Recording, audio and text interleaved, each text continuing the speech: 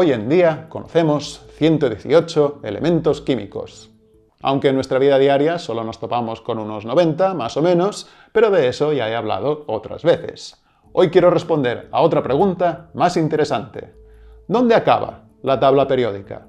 Es decir, ¿cuántos elementos con todo tipo de propiedades increíbles nos faltan por descubrir? ¿Miles? ¿Millones? ¿Infinitos? La respuesta os sorprenderá. Aunque ya os digo que infinitos no son. Y os puedo demostrar por qué de manera fácil y sobre todo rápida. Los átomos están hechos de tres tipos de partículas: protones, neutrones y electrones. Esto ya lo he explicado 1000 veces. ¿Cómo podría enfocarlo de manera diferente? ¿Qué pasa, Wolframia? Gátomos. Lo que determina que un átomo sea de un elemento o de otro es cuántos protones contiene en su núcleo. El más simple es el hidrógeno, con un solo protón, y por cada casilla que avanzas en la tabla periódica, cada elemento tiene un protón más que el anterior hasta llegar al 118. El oganesón, el elemento con más protones conocido y el que marca la frontera actual de la tabla periódica. O sea, que para que la variedad de elementos químicos fuese infinita, deberían poder existir átomos con infinitos protones en su núcleo. Y eso es imposible, claro. Por tanto, la tabla periódica tiene que ser finita. Pero, ¿cómo de finita? Eso habrá que preguntárselo a los neutrones. Un átomo hecho solo de protones nunca podría existir, porque la carga eléctrica positiva de estas partículas hace que se repelan con fuerza, como si fuesen imanes enfrentados por el mismo polo. Por suerte, los átomos también contienen neutrones, unas partículas sin carga que atraen a los protones mediante la fuerza nuclear fuerte y así los mantienen retenidos en el núcleo atómico. Gracias por permitirnos existir, neutrones. Pero hay un problema. Cuantos más protones contiene un átomo, más fuerte es su repulsión y más neutrones se necesitan para contrarrestarla. Por eso los elementos tienen una proporción de neutrones cada vez mayor a medida que avanzas por la tabla periódica. Y ojo, porque no he marcado el plomo en la tabla anterior por capricho. Tengo una razón de peso. Además de ser muy denso y tóxico, el plomo tiene una característica muy especial, mucho menos conocida.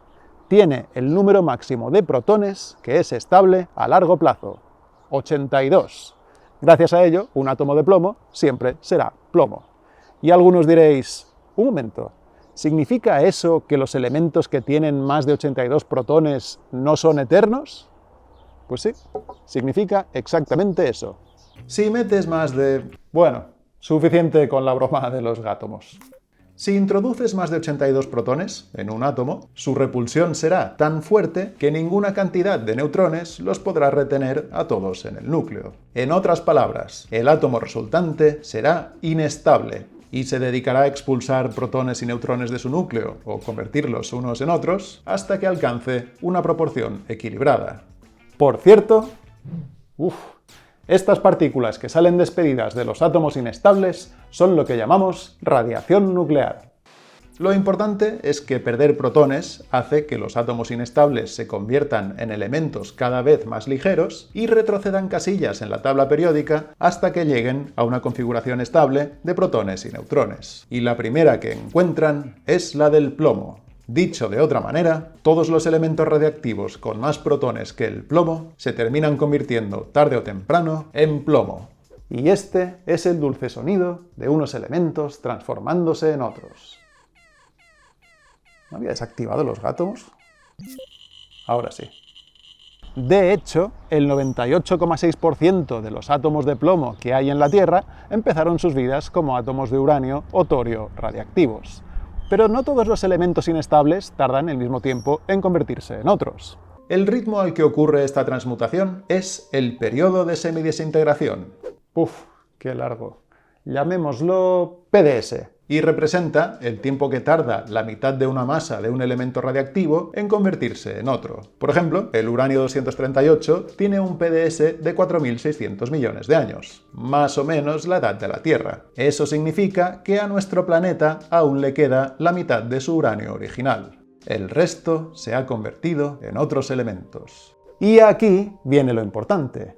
En general, fijaos bien en este asterisco, Cuantos más protones contiene un átomo, más inestable se vuelve y más deprisa se transforma en otros elementos. Y los átomos superpesados, con más de 100 protones en sus núcleos, son tan inestables que tienen PDS de segundos, milisegundos o microsegundos. Por eso no vemos los elementos del final de la tabla periódica en nuestro día a día. Porque, por un lado, cualquier rastro de ellos que llegó a la Tierra se convirtió en otros elementos hace mucho tiempo. Y por otro, porque se transmutan más deprisa de lo que somos capaces de producirlos. Así que no podemos crearlos en cantidades que podamos ver, manipular y utilizar. Aunque, pensándolo bien, mejor así. Porque, como comenté hace poco, una muestra observable de estos elementos superpesados te daría una dosis mortal de radiación en un instante y su calor seguramente te vaporizaría. Si los elementos con 100 y poco protones tienen PDS inferiores a segundos, bueno, os podéis imaginar lo que duraría un átomo con miles o millones de protones. Nada, sería tan inestable que ni siquiera se formaría. Eso significa que ahí fuera no pueden existir miles ni millones de elementos sin descubrir. De hecho, seguramente ni siquiera hay cientos. Por mucho que las reglas de la UPAC permitan poner nombres provisionales hasta el elemento 999. El enenio. Sé que un universo dotado de un sinfín de elementos exóticos con propiedades fantásticas suena emocionante, pero todo apunta a que no vivimos en ese universo. El elemento 118 ya debería estar bastante cerca del límite de la tabla periódica. ¿Cómo de cerca? Eso habrá que preguntárselo al asterisco. Aunque, en general, añadir protones a un átomo lo hace más inestable, existen ciertos números de protones y neutrones que producen núcleos atómicos anormalmente longevos, los famosos números mágicos. En serio, les llaman así. Y su magia provoca esto.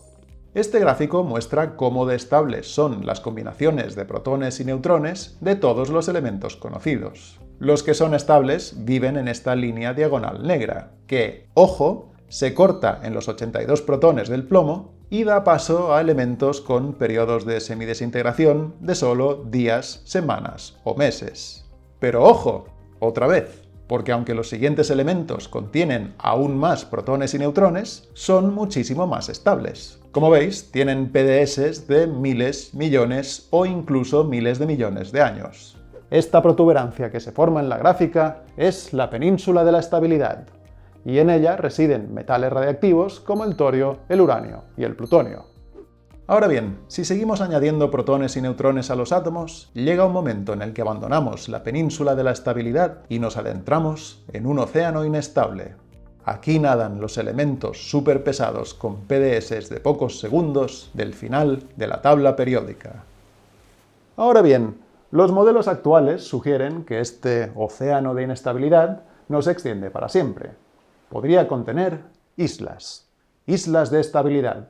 Combinaciones de protones y neutrones que son más duraderas de lo que cabe esperar, como pasa con el uranio y el torio después del plomo. Y estas islas de estabilidad podrían esconder decenas de elementos superpesados desconocidos y más o menos estables. ¿Dónde están esas hipotéticas islas de estabilidad? O mejor dicho, ¿cuáles son esas combinaciones de protones y neutrones que producen elementos superpesados medianamente estables? No se sabe exactamente, pero algunas podrían estar mucho más cerca de lo que pensamos. Hay indicios de que podría existir una isla de estabilidad alrededor del flerovio y el darmstadtio. Y pensaréis, un momento, pero si esos elementos ya están descubiertos. Muy bien, equipo, la hemos localizado, podemos recoger, pero no es tan sencillo. El isótopo más estable del flerovio producido hasta la fecha es el flerovio 289, con 114 protones, 175 neutrones y un PDS de solo 2,6 segundos. Ahora bien, si lográsemos añadir 9 neutrones más a sus átomos hasta llegar a 184, número mágico, el PDS del flerovio 298 resultante subiría hasta 17 días, tiempo suficiente para poder estudiar su química. Y con el darmstadtio pasa lo mismo. Su isótopo más estable conocido es el darmstadtio 281, con un PDS de 12,7 segundos. Pero añadir 13 neutrones más a sus átomos para llegar al mágico 184 debería producir Darmstadtio 294, con un PDS de más de 311 años, lo bastante longevo como para producir muestras observables. En resumen, puede que haya una isla de estabilidad entre los elementos del final de la tabla periódica conocida, pero aún no la habríamos visto porque aún no hemos logrado añadirles suficientes neutrones. Si el aumento de la longevidad de los ejemplos anteriores os ha impresionado, tened en cuenta que esos isótopos solo tenían un número mágico de neutrones. Un átomo que además tuviese un número mágico de protones sería aún más estable. Y el próximo número mágico de protones es... ¡Ah! Los cálculos sugieren que los siguientes elementos inusualmente estables deberían estar alrededor de los números mágicos de 122, 124, 126 y 164 protones y 184, 196, 228 y 308 neutrones. De hecho, el umbiexio, con 126 protones, 228 neutrones y un PDS teórico de 100 años, podría estar en el centro de una pequeña isla de estabilidad. Hay que decir que aún no se sabe con seguridad cuál es el número máximo de protones que puede reunir un núcleo atómico, pero las estimaciones que he encontrado parecen rondar entre 126 y 216. Más allá de este límite de protones, los átomos se vuelven tan inestables que ni siquiera los números mágicos pueden salvar sus núcleos. Pues bien, si estas cifras son correctas, nos faltarían por descubrir, como mucho, unas pocas decenas de elementos súper pesados, y una vez identificados, dejarían la tabla periódica más o menos así. Ni infinitos, ni millones, ni miles, ni cientos. Solo nos faltarían unas pocas decenas de elementos químicos para llegar al límite de la tabla periódica. Ahora solo nos falta encontrarlos. Y ahí está el problema. Hace poco comentaba que la forma más efectiva de producir un elemento con muchos protones es chocar átomos con distinto número de protones y esperar a que algunos núcleos se combinen durante la colisión. Y así hemos conseguido crear átomos con hasta 118 protones y 177 neutrones. Pero, por desgracia, los aceleradores de partículas actuales no pueden disparar átomos lo bastante pesados a velocidades lo bastante altas como para añadirles muchos más.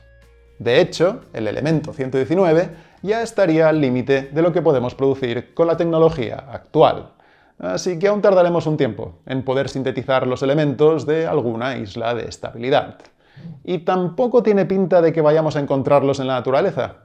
Se han buscado rastros de elementos súper pesados en todo tipo de materiales exóticos, como minerales radiactivos, pepitas de oro y platino, lingotes de plomo, cristales de olivino, dientes de tiburón de 60 millones de años o las rocas lunares de las misiones Apolo, pero ninguna de estas búsquedas ha tenido éxito hasta ahora. Un lugar más prometedor en el que buscar es el espacio. Por ejemplo, tanto las supernovas como las colisiones de estrellas de neutrones son básicamente aceleradores de partículas gigantes, así que seguramente producen elementos súper pesados. Y luego está la misteriosa estrella de Przybylski, un astro que contiene cantidades considerables de elementos inestables del final de la tabla periódica, como el plutonio, el berkelio, el californio o el einstenio. Y una posible explicación para su presencia es que la estrella contenga elementos de alguna isla de estabilidad que están constantemente perdiendo protones. En principio,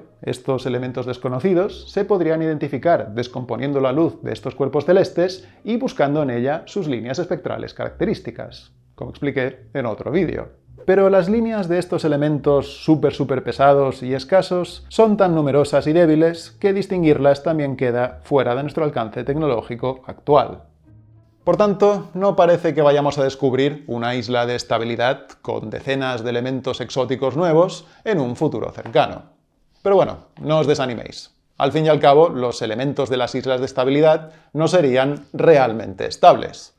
Aunque tendrían PDS más largos de lo esperado, seguirían siendo súper escasos y súper radiactivos. Así que no les veríais el pelo en vuestro día a día de todas maneras. Es más, si nos limitamos a los elementos que tienen alguna utilidad, se podría decir que ya conocemos toda la tabla periódica. Porque vayas donde vayas en el universo, siempre encontrarás los mismos 90 elementos estables y poco inestables. A menos que acabes en algún ambiente extremo y poco compatible con la vida, en cuyo caso Las oxígeno menos nitrógeno. ¡Hora de la publicidad! Puede que antes de ver este vídeo pensaseis que el universo estaría lleno de planetas hechos de elementos fantásticos que la ciencia no puede ni concebir. Pero no es así. Por suerte, porque eso significa que cuando la humanidad salga a explorar el universo, o salgáis, si estáis en la franja más joven de mi audiencia, podremos usar lo que ya sabemos de química para obtener todos los recursos que necesitamos para sobrevivir en otros planetas. Y eso es exactamente lo que explico en Guía para sobrevivir en el espacio, mi nuevo libro con el que aprenderéis a sacar agua y oxígeno de las rocas, a obtener fertilizantes en Plutón o a construir refugios con sangre humana. Aunque esa opción es solo para casos desesperados. Guía para sobrevivir en el espacio, disponible en librerías y a través de Internet. ¡Hasta la próxima!